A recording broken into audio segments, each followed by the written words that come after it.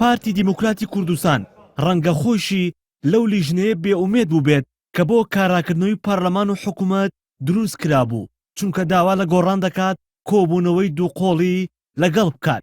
پارتی دوای کۆبوونەوەی ئەنجومەنی سەرکردایەتی داوای لە بزوتنەوەی گۆڕان کرد لەگەڵیدا کۆ ببێتەوە چونکە زۆربەی بەرپرسانی باڵای ئەم حزبە لەگەڵ ئەوەدان گۆڕان و پارتی کۆ ببنەوە، بەڵام هێشتا ئەم حزبە کاتی بۆ سەردانیکردنی گۆڕان دیاری نەکردووە. تەوقیت و محەدەد نازانم، ئاگام لێ نییە، شتیوان نییە، بەڵام پێمان باشە دابنیشین بۆ دانانیشین. ئەگەر ئەمە کێشەمان لەگەر یەکتر هەبی مەفرۆزە دابنیشین و جێ لە یەکتر ڕابگرن و چارەسەری کێشەکان بکەین، بەبێ دانیشتن کێشە چارەسەر ناوێ. هەرچەندە نێچیروان بارزانی جێگەری سەرۆکی پارتی دەڵێت گۆڕان ئامادە نییە لەگەڵ حەزبەکەیدا کۆ ببێتەوە، بەڵام گۆڕان ئەوە ڕەت دەکاتەوە. شۆڕش حاجی کە هەڵوێستی فەرمی بزوتنەوەی گۆڕانی لایە و مانگی ڕابردوو لەگەڵ نەوشروان مستەفا ڕێخەری گشتی بزوتنەوەی گۆڕان لە لەندەن کۆبووەوە دەڵێت کەی پارتی هەڵوێستی گۆڕی ئامادەی کۆبوونەوەن. گفتوگۆ ڕەت ناکەینەوە، بەڵام گفتگۆ بە مانای کۆبوونەوە دێ ئێمە کۆبوونەوە لە پێناوی کۆبوونەوە ناکەین. ئەم هەلومەرجەی ئەمڕۆی کوردستان کە هاتۆتە پێشەوە بە بڕیارێکی مەکتەبی سیاسی پارتی دیموکراتی کوردستان هاتۆتە کایەوە و بارودۆخی گفتوگۆیان لەبار بردووە. شەرعیەتیان بۆ باڵاترین دامەزراوەی شەرعی کوردستان نەهێشتوەوە، پرۆسەی سیاسیان تێکداوە.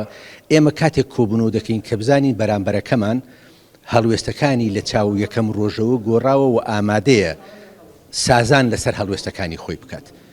و ئێمە هەر کاتێک کە زانیمان بەرامبەرەکەمان لەسەر هەڵوێستەکانی خۆی گۆڕانکاری بەسەر هاتووە و ئامادەیە سازان بکات و ئەجێندای کۆبوونەوەکەمان زانی، ئێمە ئامادەین گفتوگۆ بکەین. یەکێتی نیشتیمانی کوردستان کە بڕیارە هەفتەی داهاتوو لەگەڵ پارتی کۆ ببێتەوە، ئەویش قسەی دڵی گۆڕان دەکات و ئەو داواکاریانە دووبارە دەکاتەوە کە گۆڕان زیاتر لە 5 مانگە داوای کردووە و جێبەجێ نەکراوە.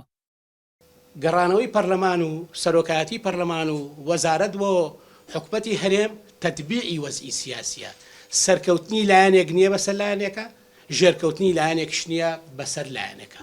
لەبەرەوە پێویستە ئەم وەزعە لە بەرژەوەندی میلەتەکەمان لە بەرژەوەندی خەڵکی کوردستان تەتبیع بکرێت بۆ ئەوەی هەموو پێکەوە تەحملی مەسئولیەتی مێژووی لە بەردەمی میلەتەکەمانە بکەین.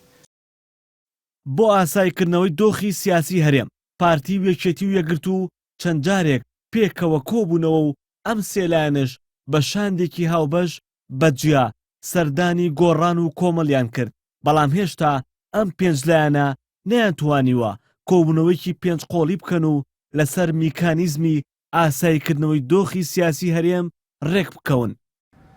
هەرچی هەوڵ و پێشنیازە ناکاتەوەی پارتی و گۆڕان کۆبوونەوەیکی دوو قۆڵی بکەن، بەڵام ئەم دوولایەنەش هەر یەکەیان لە گۆشەنیگای خۆیانەوە بۆ کۆبوونەوەی دوو قۆڵی دەڕوانن.